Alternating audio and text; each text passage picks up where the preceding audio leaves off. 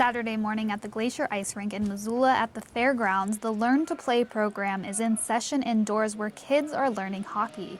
But outside, the older kids are playing their first home game of the season. With COVID restrictions and the shutdowns and everything, they weren't able to play most of their season, and fortunately they've been able to make it up, but we've had to leave town. They're actually playing today here in Missoula, and this is the first home game they've played all season. Missoula County COVID-19 restrictions prevented many club sports activities due to indoor capacity limits. Thursday, the Board of Health voted to lift several restrictions. Gatherings up to 50 indoors and 100 outdoors are now allowed, opening the doors for more people to play. Benninger says his family is relieved to finally play home games again, saying traveling for hockey isn't easy in Montana. This year's been difficult with not being able to play at home with all the restrictions. We've had to travel out of town. 2 weekends ago we had to go to Billings, and it was 15 hours of driving for 2 hockey games.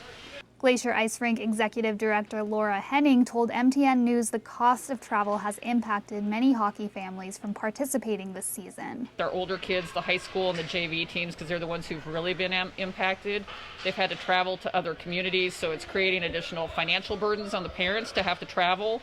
And then they're also being exposed to communities that may not have the same COVID mitigation that we do. Henning says the new county rules are improving community morale at the rink. It's going to help us kind of get back to normal and operate and serve people and get more people into playing hockey. Glacier Ice Rink is continuing to enforce mask usage for both participants and spectators. In Missoula, I'm Geneva Zoltek, MTN News.